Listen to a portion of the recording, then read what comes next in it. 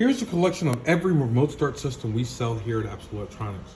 Viper, Fortin, one-way, two-way, CompuStar, and what it all means. It's that time of year again, my friends. It's getting cold outside. People got their coffee ready. Iced teas on the back burner per se until about springtime. It's remote start season, and we've never done a video that specifically talked about remote starts and what happens with remote starts. In this video, we're going to talk really deeply about what happens inside of a car when you get a remote start system installed, how they're installed, and the different types of remote starts that are actually out on the market.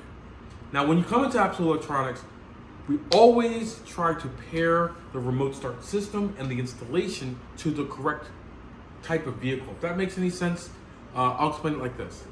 If you were coming to Absolute Electronics and you had, let's say you had a Mazda, we're probably going to put you in a system from Fortin. Their integration with Mazda is probably one of the best in the market. So that's why we would say, hey, this remote start, it's going to be what you need. Now, we're also going to ask you questions like one-way or two-way. And all those things don't make any sense unless you know what these things are. Now, let's quickly go into the different types of remote starts before we get deep into the other stuff. Now, we're going to start with an analog system. This is an analog one-way security system, but it's going to kind of give us a placeholder for what an analog system really is, okay? So when you open the box, you'll get a remote control, and that remote control will be connected to a system like this.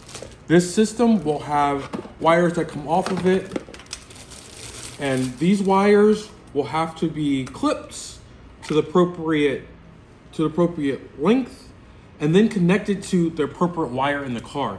This is analog. This is probably the earliest way of doing a remote start system.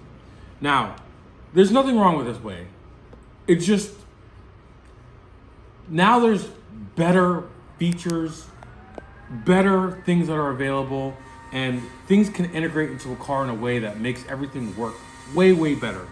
So this isn't our preferred way of doing a remote start. Some cars, some older cars, I would say earlier than 2010, will require this type of system. There are some cars that are in that age range that won't, but for the most part, this is the analog system. The first part of an analog system. All right, so now to the second part of analog remote starts. When you have an analog remote start and it's in a kind of newer, let's say 2005 Chevy truck, okay? You're gonna use an analog system no matter what. The analog system is going to allow you to do the portion of the key turning and all that, but it won't allow you to do things like light flash and locks and all that other stuff that actually are big convenient features in a remote start or security system. Now, a bypass, the terrible word for this part. This is a data bus interface module, and it's got a really technical term because it has a very technical use. This is a tool that's an installation tool that goes into a remote start and gives the analog system the ability to talk digitally to the car. Now, what this guy does is takes, again, the analog command that you do when you press the button. For instance, let's say you hit the lock button on your analog system. It will send that system a lock command, and the analog system can't do digital. So it's gonna send it to this box. This box will in turn take that command and spit it out, interpret it through CAN bus for the car to understand. You hit lock, goes to the analog system, into this guy. This guy goes, hey computer, this is the code to unlock, and it sends the code. So that is the second part of the analog system. All right, so now we're moving on to what a digital system is. What a digital system gives you is the ability to have what you get in the digital bypass interface. Bypass interface, again, I said it was the wrong thing. It's an industry term. and kind of what you get with an analog system. It's all kind of built into one little box. And here, what I have in front of me is one of each of the major players in that category. CompuStar, Fortin, and Directed. Directed being Viper, huge name in auto security and remote starts. And I'm gonna go through and I'm gonna explain on one of them how they all work, because they all work very similarly. So now we got our digital system out of the box and connected to our computer. Now, if you buy a remote start from us, we already own all this equipment. One of the major things that people don't understand is there are a lot of shops, mechanic shops and cardio shops and all kinds of shops that, believe it or not, don't have computers. My suggestion for you is, if you were to come across a computer or a shop that doesn't own a computer, I would tell you should probably not go to that shop. With that being said, let's move forward with this. All right, to start our programming of a digital system, we will select Start New Digital Configuration. We'll do a remote start.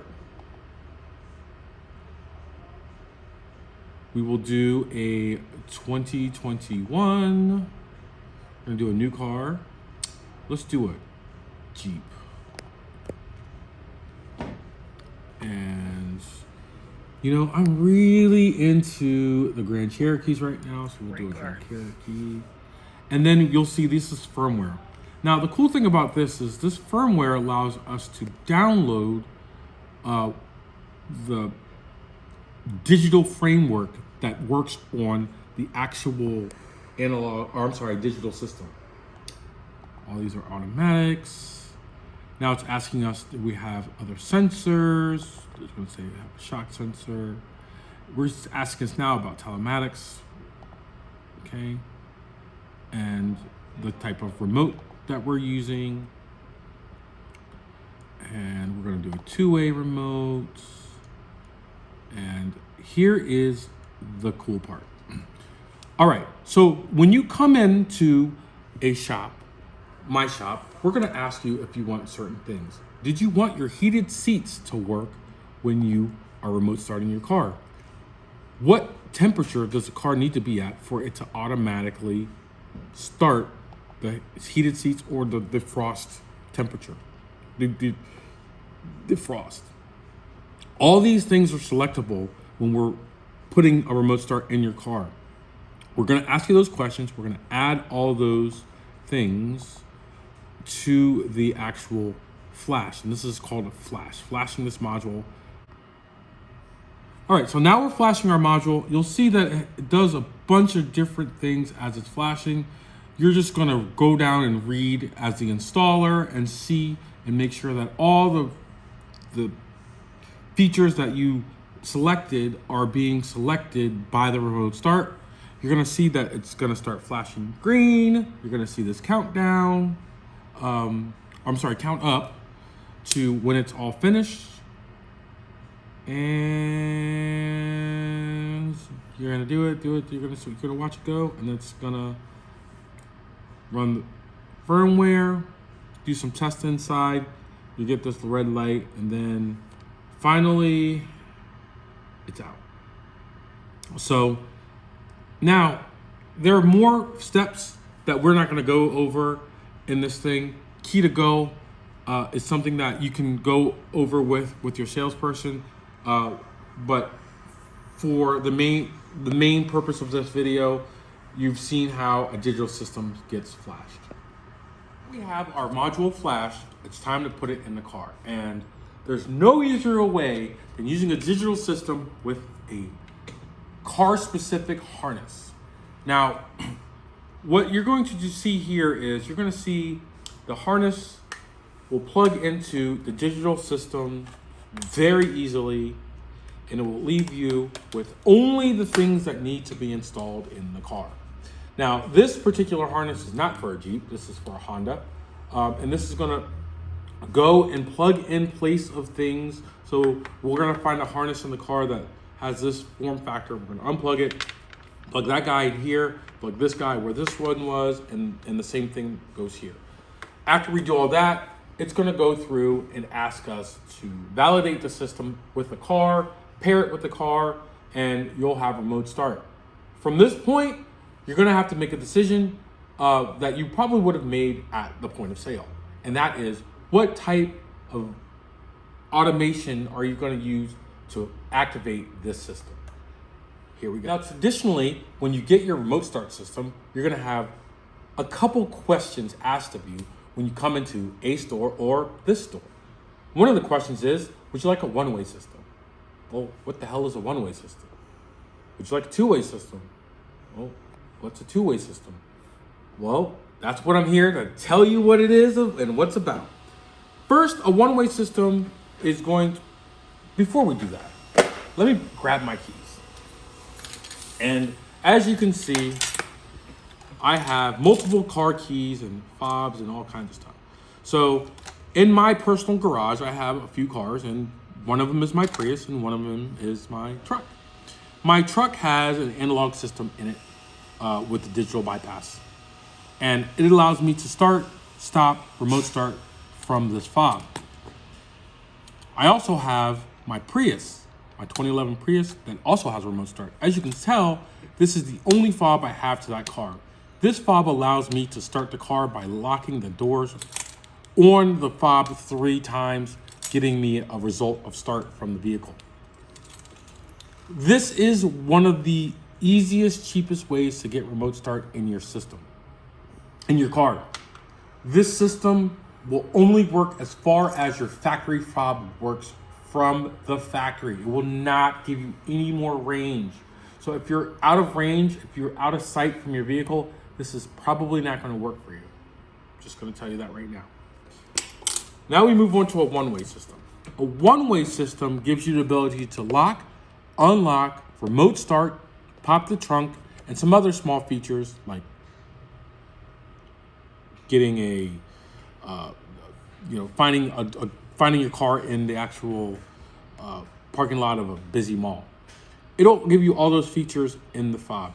It's going to be limited by range. As you can see here, the maximum range that this is allotted is 1,500 feet. So at 1,501 feet, you're probably not going to get any coverage. And all of this range is if conditions are right. So if you need 1,500 feet of range, this might be the right thing for you. It may not, depending on where you live. If you live in an urban area with a lot of interference in the air, radio frequency waves and all kinds of stuff, it's going to cut down this maximum range from 1,500 foot to God only knows. Just really depends on how much interference you have. And you still need to see the car to know it started. And you'll still need to see the car. Very good point, Aaron. You'll still need to see the car if it started. Next, we have a two-way remote control system. This is a Viper two-way. This particular two-way will give you confirmation on, you know what, I have one right here. This is what I have in my own car. This will actually give you confirmation to as if the car is locked, unlocked. You can see there it's armed, and then it's remote start. This guy will give you stupendous amounts of range. Now, that range is going to still be based on all of the different things that are floating around the air, RF frequencies, microwaves, alien beams, all kinds of those things. All those things are going to affect range. One of the surefire ways to get good range is to use something like this T13 bundle. The cool thing about this guy is it's going to give you a maximum range of about 3 miles. That's pretty significant. You're going to get passive keyless entry. So when you walk up to the car with your remote control, it will unlock the doors. You're going to get a companion remote that's also two-way. It'll give you the ability to remote start your car from that long distance and get confirmation back that the car is actually started. And all CompuStar two-way systems come with a free drone. The drone will allow you to start, stop, and remote start your car from your cell phone. This is a paid service. Initially, you will get this service for free for 30 days with your CompuStar two-way system purchase. but it is up to you to keep that service going. Now, this is my favorite telematics piece that we sell. This is the Linker mobile Linker app, and I have it on my own personal vehicle. It'll allow you to lock, unlock, remote start the vehicle from your cell phone, and it comes with 1 year of free service. It also comes with the ability to track the vehicle. So if you have small children, or not small children, but children that drive, you'll be able to see where your vehicle is. You will also have the ability to turn off the system. You'll know if you have security installed, if the alarm system has gone off. All of this will happen in the Linker app. 1 year free service, and every year to upgrade or update this service, it's $39. You cannot get a better deal than that on telematics, period. That is available on every system that we sell. CompuStar has their own. And the last thing we're going to talk about when we talk about these systems, we're going to talk about security. Security.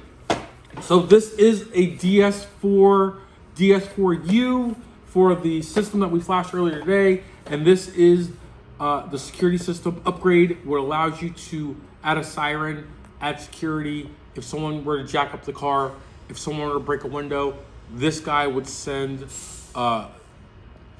all of hell's fury through the siren and let your neighbors know that something's going on, let you know that something's going on. And this can be added at any time after a remote start system. And this is the beauty. One of the very best things about a digital system is the expandability that is endless. So if you have any questions, feel free to call Aaron, Chris, or myself at Absolute Electronics, 240-654-1283. And next time we're going to go over car audio.